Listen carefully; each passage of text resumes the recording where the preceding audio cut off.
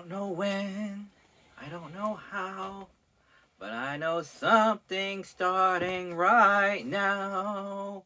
Watch and you'll see. Someday I'll be part of your world. Yeah, I could do that too.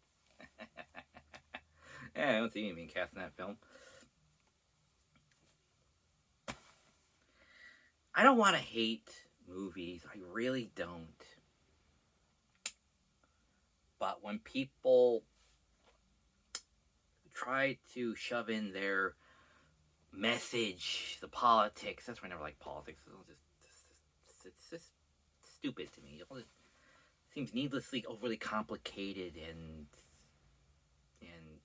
hair splitting and us versus them and all that other crap. But when someone's shoving politics into a movie and saying, "Here, enjoy this completely biased film," which the films are supposed to be. So we're supposed to be biased, not supposed to try to have a moral, have a moral lesson. Sure, fine, to a degree, sure, fine. But when someone's trying to shove a message down your throat, it gets a little annoying. It's just when a corporation has a mandate, and it's like, could we not do that, please? Because it's like, no, what you remember your childhood was still far too racist. 4 Teenage Mutant Ninja Turtles and 1 redheaded reporter? Well, that's just not, racially mixed quota for an early 90s children's show. Hit TV show, by the way. So, I'm sorry, I'm off center. So, it gets a little annoying when people say, we're going to reboot it again, and this time the redhead will be an African American, and that will make it, therefore, better and perfect. Really? Recasting is reassigning characters is apparently the thing now, and will make it better. One, there were black characters in very popular TV shows. Oh, G.I. Joe, Magic School Bus, those people. Lots of other shows too. And I don't have time to try to remember all these things. But they were there. I remember them being there. And now all of a sudden everyone's like saying, well, we gotta take all the redheads. It seems like a good trend over the past 5 years. Take all the redheads and then just race swap them to black, and then therefore story is better. Or take out all the seriousness in a film and make everything into a joke, therefore better. Or take some guy, replace it with a woman, therefore better. Or make guy stupid, therefore better. It's like this. It's like these weird agenda things, and it gets annoying because, I'm just here to watch a film to be enjoyed, and yeah, maybe have a message. But when someone is, pushing an agenda towards you, it gets a little annoying. And it's like, we're revamping it, like they did with Sailor Moon. Because there's a difference between the TV series and there was the manga. So they said, we're going to redo it again, except this time we're going to stick closer to the manga and not the TV series. It's like how they did with Fullmetal Alchemist Brotherhood. That's why there's 2 seasons. One kind of started off a little bit with the manga a bit, but then spun off and did its own thing. Then when Brotherhood came along, they said, okay, we're going to keep that with the manga, because now the manga's finally out and completed, so we'll stay with that. And much like Sailor Moon, yeah, the beginning, it stayed with the manga. And then it kind of diverged off into its own thing for the TV series, and then when the manga finally concluded, they said, we'll do it now for the 30th anniversary, and now we'll more closely follow the manga. So it's like, okay, that's understandable. Some people prefer the manga and kind of want to see that in more an anime form. Okay, sure, fine, whatever. That seems understandable. That's understandable. Everything else I told you about makes no goddamn sense. Because you're standing there, it's like Ghostbusters 2013. Let's make all the guys girls. And all the seriousness and tension and anything good about that movie, and just make it total shit and everything's a damn joke. Better. Again, I have no problem with making the whole female cast. I don't care. But it still has to be a good film. See? And so I'm trying to lose my train of thought. I'm a bit tired. But when you have all these things and people try to do the reboots on things like Ninja Turtles, it's and reboots on Ninja Turtles have been done fine before. It's just that now all of a sudden it's like, and we'll change April because mandate? Because it's the thing now? It's like, no. Again, why? Because it's necessary. Why? Well, because it's, if we did question they try to answer, I'll still ask why, because none of it is necessary. Not that it really needed a reboot, but when you start changing things up more so now, it's like to show that, people can identify with this character being this particular race. Like, is that why in Gotham High, Batman looks like he's half Asian or something? Is that what you're going with too? He honestly does look half Asian. So I kind of question that. I question a lot of things in these people's intermedia. But then what do I sound like? I sound like a racist. No, I'm just asking a simple question. Did all this really need to happen? What was it? In James Bond, did Bond's, adopted brother really need to be the leader of an evil crime syndicate, global crime syndicate? Well, no, but it's a change up. You didn't see that coming. Ha ha ha ha. New dynamic and so on and so forth. It didn't really matter all that much past the shock and awe. Right? So, again, did it really need to happen? Not really. Did it have a really big payoff? Well, no. Since they knew each other when they were kids, did it have any bearing on the future plot? Nope. It was just another element to the story that I think contribute to Jackal. So, yeah, people make decisions, changes to pre-existing stories to try and change it up. You see them trying, like I said with James Bond, and sometimes they do succeed. Like the Ninja Turtle franchise. Okay, we had the comic, which was basically a spin-off inspiration from, Daredevil, and so it's darker, it's brooding. You can't tell the turtles apart. And then you had the cartoon series, the comic book series, the cartoon, and then the movie, then the cartoon series. The movie, which was a lot more family friendly, some minor cussing. It was the late '80s, no one cared. Till the early '90s, and the sequel, like in Ghostbusters, no smoking, no cussing. Anyway, for kids. So we see the variations, the variants, and we were fine with them. I never saw the comic book series, but I was religiously watching the cartoon series. I loved the movie, or movies, and then later on, some 20 years later or whatever, when they made, the next thing, it's like, oh, okay, fine, it's been a while, sure, they want to reboot the cartoon series, sure, fine. Oh, they did it again and again every 7 years, something like that. And it's been going on for a good couple while. They have a good couple different variants. And I'm like, okay, cool. They're still, changing it up, but it's still a good series, right? Each incarnation, the past dozen incarnations were actually rather pretty good up until right around now-ish, where things feel a bit more forced narratively.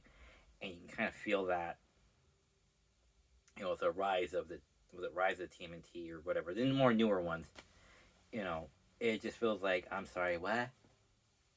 It's like, yes, well, we got to have that forced, plot point in the movie than in the Netflix's TV series.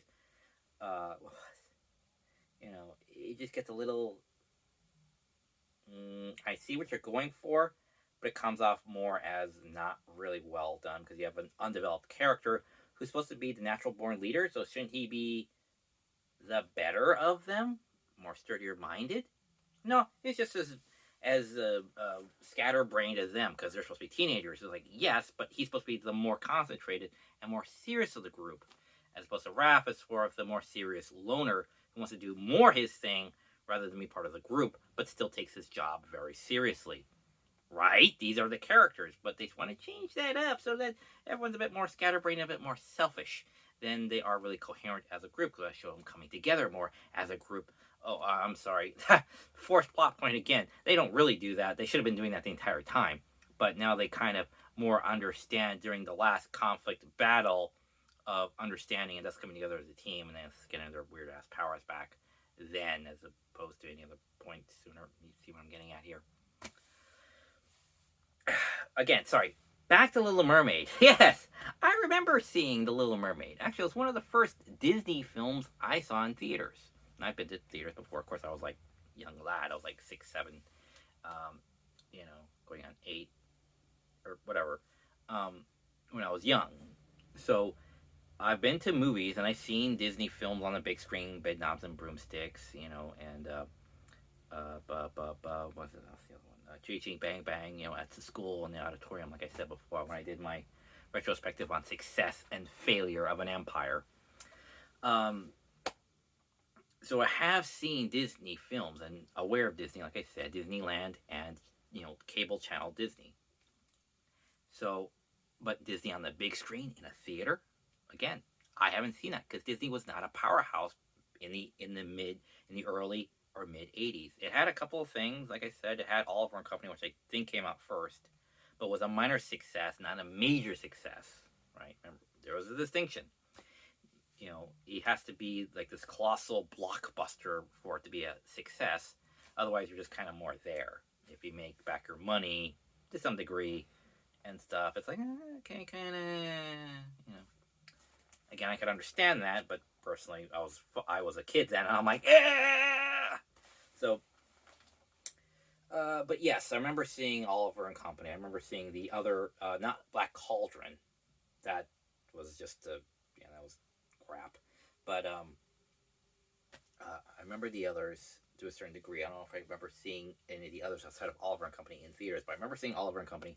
I remember seeing Who Framed Roger Rabbit, Batman, and of course, The Little Mermaid. And I remember the trailers for it, and it was like, there's this thing coming out, and it's like, ooh. My whole family was excited about it.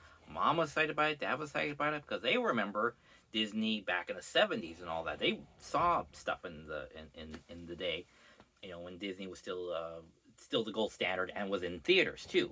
Remember the 80s? Disney was not in theaters, so as prominently as it was barely in theaters. It's the thing. So to have the whole family, so I remember the whole family was being like, "Ooh, let's go see this when it comes out." So everyone's like counting down the days, and we got in the car. It's like, "Oh right, it's coming out, tonight." It's like, "All right, everyone, get dressed, put on, not necessarily your Sunday best, but you'll get ready, eat up now, and we'll go or whatever." And we go down to the local, theater. I forget where we would go exactly. I think we went to the one in Ontario or something like that. We went somewhere. It's usually where we go to buy Christmas presents. I think it was in San Bernardino, I think. Yeah, somewhere in San Bernardino. One town over. And so we would go down there and we'd be getting in line. We'd wait and we got in and we saw the whole thing. The singing. Ah, ah, ah, ah. We saw the whole thing, and it's like, wow, quality, on the big screen. It's not something from the 70s. It is the now. Well, technically 89.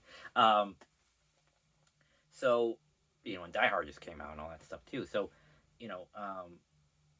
seeing, the big screen, extravaganza of the Disney product, Disney quality, the gold standard that everybody bases themselves up against. To see that was just awesome. It was so long ago, I can't really remember it 100%. But I remember seeing the film, liking the film, and then subsequently the other Disney films as they came on, in theaters and throughout on home video. We would go there and buy them, which we then gave to our nephews, and where the heck it went after that. But that was the thing. Disney was the gold standard again. The beginning of the second Disney Renaissance, the 90s.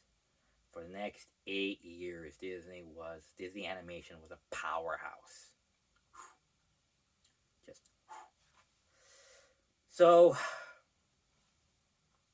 again, like I said before with Ghostbusters 2016, let's do a reboot. And I'm like, why? Well, because we should. Why? Because of different media. Why? See, each time they ask, I keep asking myself, why? This is no real reason to be there. If you already have one and it's good, it's like saying, no, we're gonna make it better to be more of the now and perfect and diverse. Again, these things take place in Europe, people. Come on, in 1700. Oh God, it takes place in Denmark or whatever. It's like Northern Europe, and everyone keeps thinking, oh yeah, sure, we'll just change this up. It's like in order to get around that, I believe they said they sent it in Cuba. Like, oh, well, that's logical at least. To help set this whole thing up for the race swap. Okay, at least that makes sense. Like I said, for the Tolkien and Lords of Power, Rings of Power, and the Dragon Thorn, whatever it is, the prequel to Game of Thrones. Is that you got to show that if you're going to have tan skin characters, you have to show that the world is big enough that it actually has a place for that to actually happen. So one world actually has a desert. It's like, oh, okay, this place has a desert. This world has a desert. Okay, good. Now that explains that. Because just have someone like they showed in that SNL skit where it's like that general pops out of nowhere. It's like, where did he come from? And it's like, oh, I'm just here up north, thousands of miles away from any place I would ever realistically ever really be. And it's like, why? Oh, because then now it's a racial quota of at least putting honestly, it's more like a token black guy in it. That's why it feels like so out of place. It's like, we already have the Eskimo people. Again, this is narrative storytelling, questioning. Again, a story can have races in them. I don't care about that. It's just, if you're going to have a story take place in a certain place at a certain time, it has to make logical sense. It's like saying Ben Franklin's there for some strange reason, or the inventor of certain cheeses is there in the background. It's like, well, why is this person there? Shouldn't he be on the other side of the world 100 years later? Well, yeah, we needed him there now, so all the cheese eaters of the world would feel a little bit more, accepting of our film. It's like that. It has to make logical narrative sense. And modern people, shoehorning in that, kind of out of nowhere because of a corporate mandate for it, just takes you out of the film. It's like, really? It's like going to, I don't know, some random place and finding something random that should belong somewhere else. It's like Godzilla in Brazil. It's like, why is Godzilla in Brazil for? Well, we thought the Godzilla people would like to see him in a different setting, so we're going with that. It doesn't make any real sense. Again, and everyone's going to start whining about how it sounds so racist. It's like, yes, I know, but that's the child logic speaking. I'm asking you narratively. If you're going to do a movie, you have to say everything is there for a reason. Like in the opening of Ghostbusters, they're at a college, and they get thrown out of the college, and then they say, all right, from here on, we will start our own business. Because originally they were planning on working out of their lab, and thinking of the possibilities of a future, maybe starting a company someday. And now it's like, well, then we have to do our plan now instead of eventually in the near future, because we're out on our asses. So, and we have a thing, we confirmed a thing, so now we'll go into a business for ourselves. For whatever reason, Ray, call it fate, call it luck, call it karma. I believe everything happens for a reason. I believe we were destined to get thrown out of this dump. For what purpose?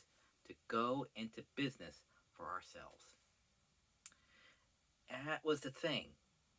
It made sense for them to have to go into business now because they were thrown out.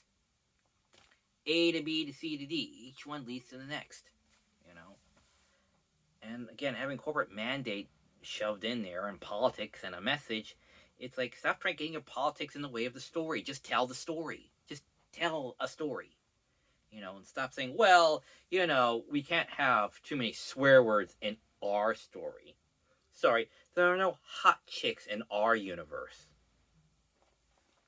But it's Miami Beach in the background. Yes, but for the body positive people, we don't want to upset. No one's so afraid by everyone else's feelings. Oh, why am I not that attractive? Why am I not that brave? Why am I not this and that? That's what the story is supposed to do, is to tell you how to be, to inspire you to be brave or thoughtful or something like that. But the body positiveness, that's why we can't have attractive people in the background. No, no, no. We'll just have random everyday people in there, even though at Miami Beach, I'm pretty sure it's how it is. But it's like, we gotta make people feel good about themselves. Like, what was it? Like, oh yes, that's right. Trying to make the audience feel like Amethyst from Steven Universe. That's it. Make the audience feel like Amethyst from Steven Universe. You're good just the way you are. You don't need to try to do anything. Achieve what? You're already perfect. And what's wrong with Amethyst? Well, she was told by her stupid leader, Rose Quartz, that she is a bruiser if she wants to be. Or fight like a bruiser if she wants to be. She doesn't have to train to be a dasher. So when she's actually up against a bruiser, she tries to fight that character as a bruiser and ends up getting beaten because, shock on Shock Street, Amethyst is not a bruiser. She's a dasher. And it's like, oh, wait, you mean when I actually try, I failed at that one thing? It's like, yes, because you're coming at it all wrong, coming at it with this delusion that you are okay, that you can do that. The answer is no. You have to fight with the skill shit you can. You're small and short, so be a dasher. No, I'll take it head on. I'm just as strong as that person. Oh, look, I'm defeated. It's like that. We got to make everyone feel safe and okay with themselves. No, you need to do self-improvement. You're fine. No. Challenge people. Make them feel terrible about themselves. Only when they do that is when you're a racist. Oh, well, then you're a terrible human being, and you should clearly change your ways immediately. Oh, you're 500 pounds overweight? Buff. You're fine just the way you are. See, that's the difference. Modern Hollywood now just tells people you're fine the way you are. Oh, except for that racism thing. Yeah, totally get rid of that. But everything else that's wrong with you, that's okay. If you have a condition, you're fine. If you lack confidence, you're fine. It's not a very healthy message, but everyone believes it's a healthy message because it makes people feel okay with themselves. That they are everyone's found their final form again. No, you never find your final form. You're always evolving, always changing, always learning. But everyone keeps thinking they know enough. Like Archie from All in the Family. He thought he knew enough. Turns out he didn't. So did Michael to a certain extent. You never stop learning. But each one thought they knew enough. They knew enough about life. Get by. And to a certain extent that is true. But as life goes on, you're challenged by new and different situations. Loyalty, understanding, paranoia, patience. Archie's thing is he didn't care about the world. He wasn't patient. He wasn't understanding. He wasn't an activist. He was just a big talker. He was just a talker. That's all he was. And people think that way, that they have lived enough, they've experienced enough. You don't need to learn more, broaden your mind or anything. And keep the audience safe, make them feel good about themselves, even though they've done nothing. I've seen so many characters back in my childhood who were inspirational because Scrooge McDuck, even in the previous series, he says, no, I don't sit back and make money.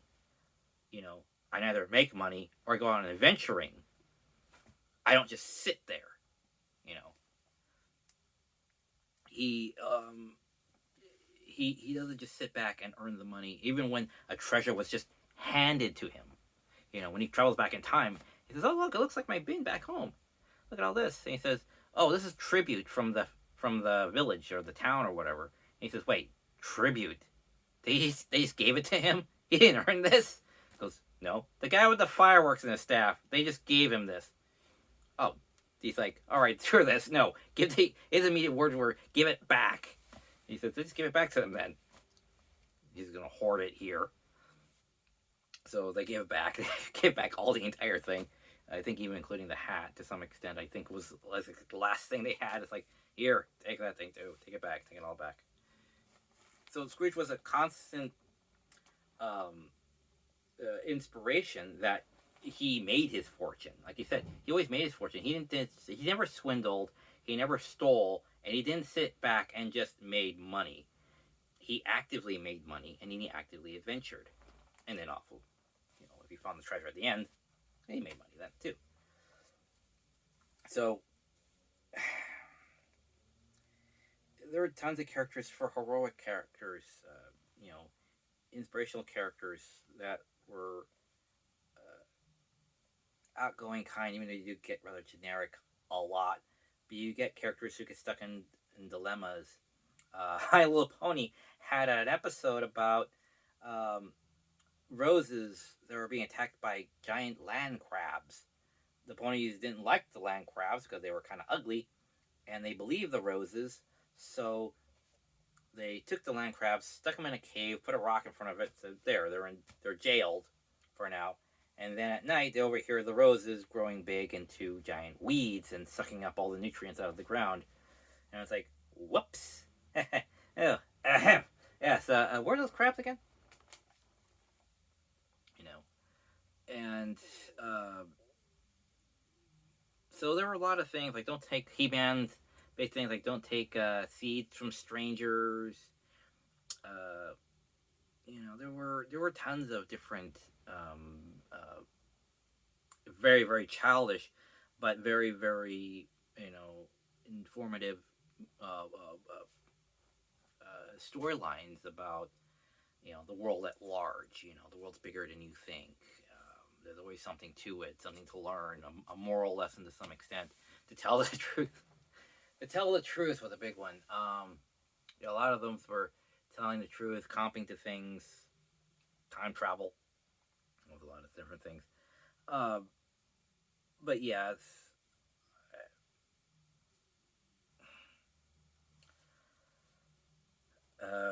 Children in Peril. Oh God, Children in Peril. My God, Gem and the Holograms. If you think Gem and the Holograms is a children's show, you are gravely mistaken. Trust me. Gem and the Holograms had a fantastic, realistic showing of trying to be an orphan, housing said orphans, being an 80s sensation, movie star, and globe-trotting, time-traveling wanderer too, on occasion. Stranded on desert islands, and damn near getting killed in every episode by what's it called again? The Misfits. The Misfits. So, yeah, Gem and Holograms you'd think would be this kind of straight up drama. Go like, no. There's a fair amount of sci-fi in there, but it's hard drama. And this is long before the drug episode, mind you. This is the, we're almost getting caught in a blaze in our own house. This is us relying on our skill alone to work through whatever hard time we have in order to get the success we need. Not just for themselves, but for Starlight House, the 20 or so girls that are there, with the orphanage to take care of. So they wrote them as very, not moral, humble characters, moral characters. These are selfless characters, and they're under constant pressure, and you believe that. throughout the 3 seasons where you see all this shit just happen to these characters. It's like, wow, with a bit of a sci-fi twist to it. This is a grand adventure.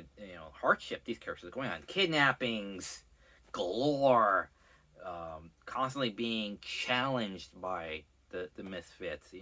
You're making a movie, then we're gonna make a movie, and we're gonna do it better because we have a backing of a actual movie studio, while the other people are doing it on a shoestring budget, and it still was the better film.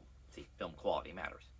Um, you know, Good songs, music videos galore. Sorry. And it was the powerhouse of Marvel and Sunbow. These are the people that made Transformers and GI Joe. So having it be part of the same good quality production people, Gem was really given the quality of the shine, even though it's one of the more third tier girl orientated dramas of the bracket of the three.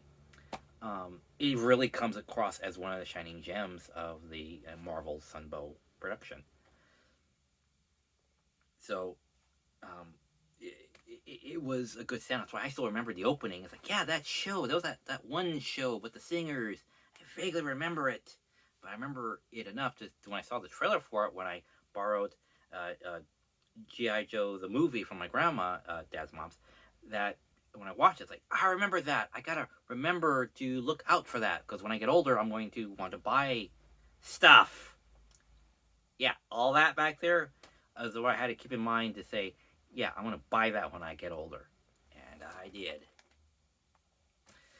So, and I was on the hook. I was like waiting for the next thing to come out. Like, I want to get the rest of the series. How does it end? You read about how it ends, and you are looking like, nope, it's canceled. And then Shout Factory comes out with the final season, and I buy that. Some minor overlap with a couple episodes. That's fine. But then I got the end of the series, and I'm like, there, boom. 20 years. 20 years. I was reminded of that series in 98, I think. Stuff like that. Late 90s. Definitely late 90s. I was remembered about it. I was reminded about it, and I think I still have that movie, I think. Original VHS of G.I. Joe movie that has a trailer on it. And I was waiting on it all this time. And then a couple of years ago, I finally got the last volume of season 3. It's like, boom, there, complete. That one completed. And no, I'm not getting a live action movie because that sucks balls. With a lot of other reboots. I don't think I have the RoboCop reboot because, again, that's also bullshit. It makes no goddamn sense whatsoever. Again, why remake what's already perfect and fine and not offensive? Well, because we want to cash in on that now. And it's like, please don't. Please just stop. But people want to. And it's only been 30 minutes. I've been talking about a storm. I thought it'd be closer to an hour. But then that's the thing, is people want in on that cash grab of the nostalgia, And that's why the Ready Player One movie sucked, When the story came out, I liked it, but it was perfectly long, but it was still a damn good story. Then when the movie came out, I was excited about it, and I saw it, and they changed a bunch of things up and neutered it to make it more family friendly. Yeah, they don't have the sex doll that he bought for a week or whatever, but in the book in there. Or the fact that he gained 5 pounds or 10 pounds or something like that. Then lost it by the end because he decided to get in shape when he decided to pull himself together. That's the thing. Book Wade goes through a lot. Movie Wade goes through a softer version of that in a much, much shorter amount of time. The one thing they don't show in the movie is the progression of time. This took, oh goodness me, Book Wade from beginning to end took about 2 years, I think. Again, I could be wrong, but it was no real maybe a year, I think, or maybe 2. I'm not sure, not 100% on that. But movie way, that again, it feels like, oh yeah, that all took place like within a month. Like you could easily just feel like that was a month long story that they just told, instead of the years. This took months to a point of a year between events that happened. By the time Wade, leaves the trailer park or the stacks and goes and has that apartment, to the part where he gets abducted, to when he gets out in the end and then fights the Sixers.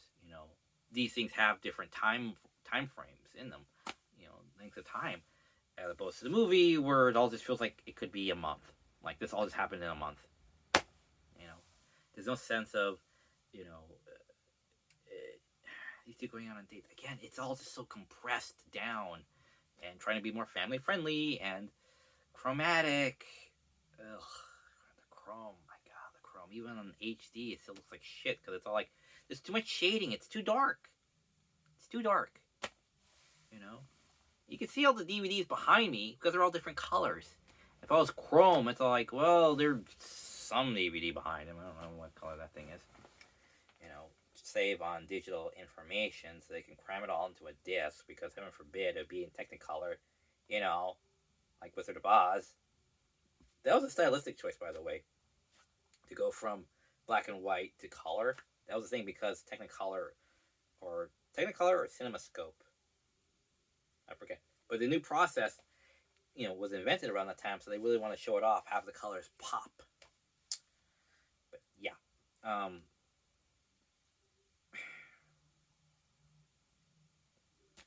again, trying to remake something and bank on nostalgia is not working, and Hollywood is just now starting to realize that. And them trying to bring us back to Little Mermaid, trying to bring it back to Little Mermaid, have it all race swapped, even though, yes, we already just had a movie about water that looks good. It looks more like they're just floating in air. It doesn't look like they're floating in water. It really doesn't. I really don't care. I'm trying really hard not to dislike this, because it's like, it's like I already have a mother. I like the stepmom. It's like, I don't need another mom. I already have a mom. So, but I'm your new mom. I'm hip and I'm with it. Right. And it's like, just because you're 15 years older than me doesn't mean you're with it. By the way, don't worry, I never had that part. But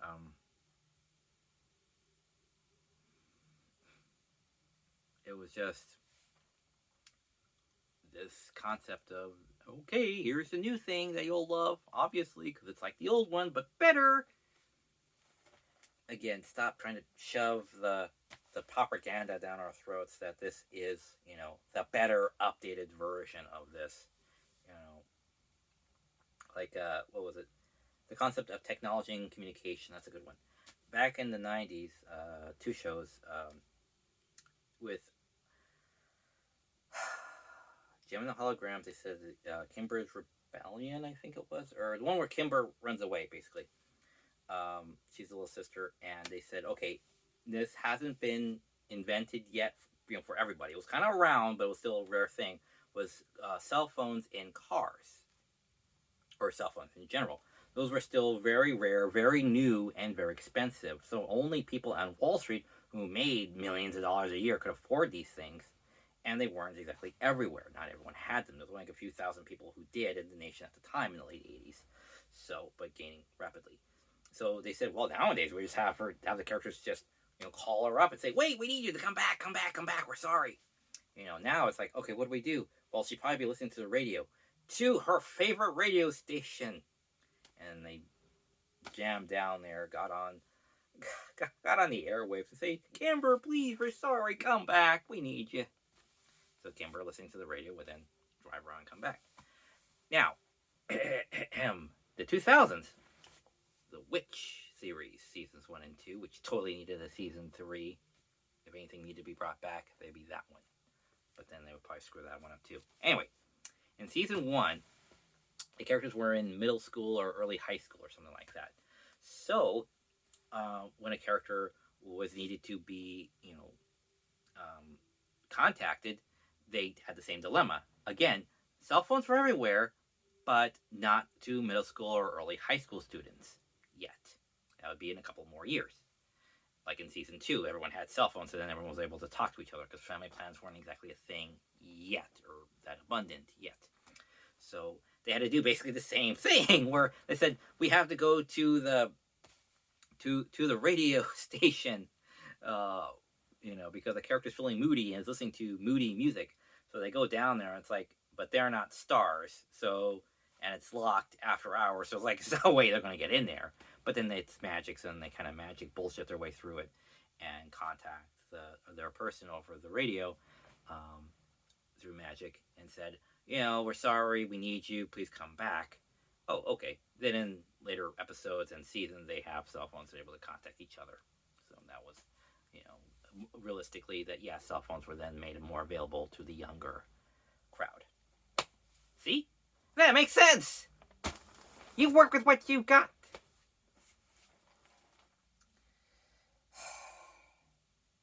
So I don't hate the new Little Mermaid, but I just don't like it, the fact that Disney's trying to do live action versions of their already established cash cows or things that make money to try and make it more now. Just feels needless. Like I said before, it just feels needless. There's no point to it. It's just trying to fill in some mandate to cash grab on some early property because someone said, here, do that. That's what it feels like. And it's just, I want to like it for what it is. I do that a lot with a lot of films. Howard the Duck, anybody? To like it for what it is. But sometimes, even I reach my limit where I'm like, just no, just no, go away. It's because it gets painful. It's like, I don't want to spend money, time, and effort, after work when I'm tired to say, okay, let's go and enjoy this, and I end up saying, like, what the fuck is this? Like, Hollywoodland for, the George Reeves backstory, cinema movie thing. That was not a good film at all, because that was a downer film. Sorry if that's a bit too realistic. But then it's like, you could have left it with a more of a meh, but instead it's more of a meh. It's like, well, that's not very reassuring on my life now, is it? No answers. And the guy's like, well, I wasn't really inspired by anything. But they are threatening to beat the shit out of me, so I might as well mosey on and maybe be a better person and father. Maybe. I don't know, I'm just wandering off. End film. That's it.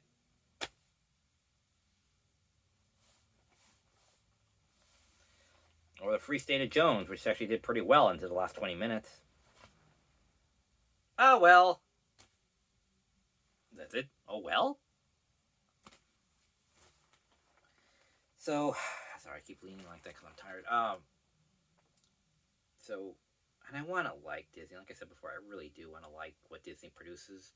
But honestly, it's just a bother listening to the propaganda, the quotas. This character is now another race.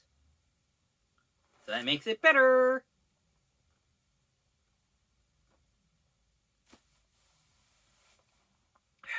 It's like, please stop.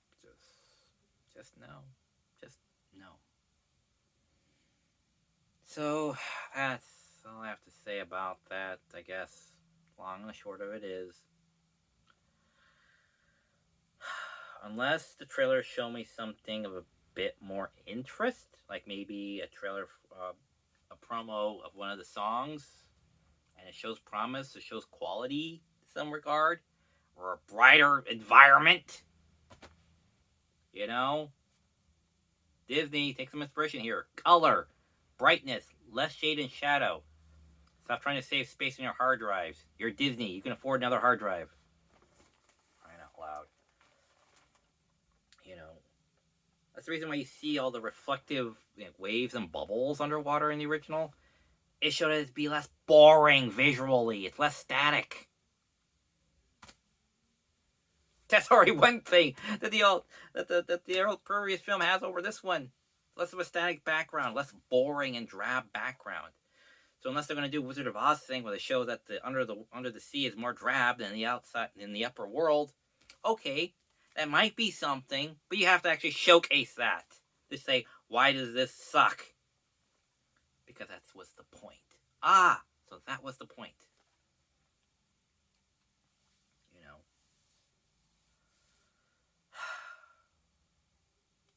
Why is something a certain way? Then that was the point. You know, but showcase that was the point. You know. I'm tired. God, I'm tired. Alright, so that's all I can really get out right now. I wanted to share that with you. No, I'm not a racist. I am